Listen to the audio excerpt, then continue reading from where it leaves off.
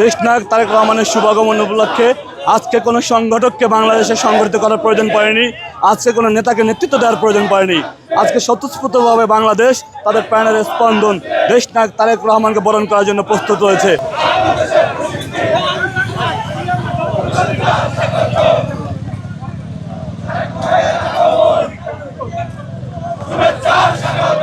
আজকে বাংলাদেশ তারেক রহমানময় হয়েছে, কারণ গত 17 বছর তিনি নিরলস পরিশ্রম করেছেন, মজলুমের কণ্ঠস্বর হিসাবে তিনি কাজ করেছেন। আজকে সেই মজলুমদের নেতা, সারা বাংলাদেশের নেতা, যিনি তার নেতৃত্ব গুণে ইতিহাসে সমাদৃত হয়েছেন, একইভাবে আন্তর্জাতিক বিশ্বে তার নেতৃত্ব গুণে সমাদৃত হয়েছেন। সেই নেতার শুভাগমনে আজকে সারা বাংলাদেশ তারেক রহমানময় হয়েছে।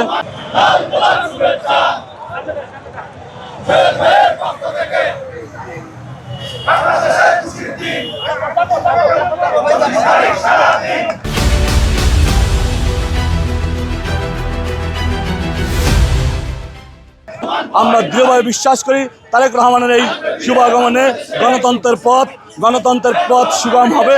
আর এই যে ডেমোক্রেসি থেকে গণতন্ত্রের পথে উত্তরণ ঘটবে বাংলাদেশের, ইনশাআল্লাহ।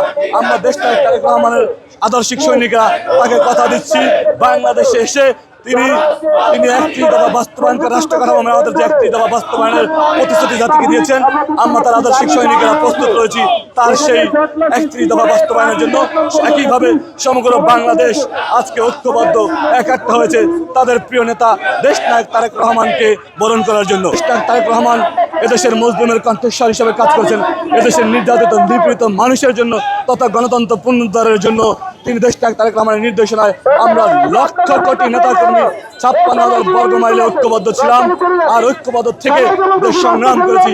সেই সংগ্রামের কারণে আজকে পৃথিবীর পতন হয়েছে।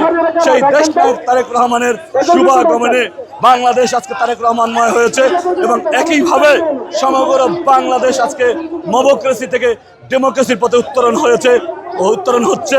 এবং আমরা বিশ্বাস করি দেশনায়ক তারেক রহমান যখন এই বাংলাদেশে পদার্পণ করবেন, সমগ্র ঢাকা শহরের অলিতে গলিতে কোথাও আর বাংলাদেশের মানুষকে উচ্ছ্বাস প্রকাশ করতে হবে না।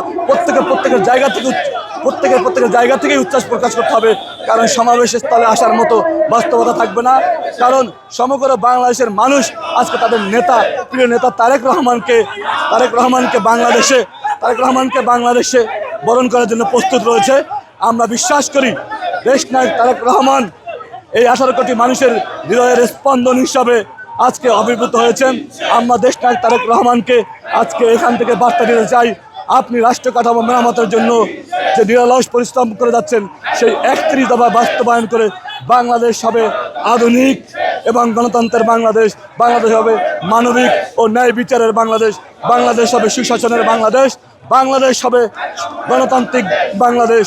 আমরা দৃঢ়ভাবে বিশ্বাস করি দেশনায়ক তারেক রহমান যখনই ফিরবেন, দেশনায়ক তারেক রহমানের লক্ষ কোটি নেতাকর্মী সহ সমগ্র বাংলাদেশের সাধারণ মানুষের হৃদয়ের মণিকোঠায় তারেক রহমান যেভাবে অবস্থান করছেন, আমরা বিশ্বাস করি তারেক রহমানের হাতে বাংলাদেশ থাকলে পথ হারাবে না বাংলাদেশ।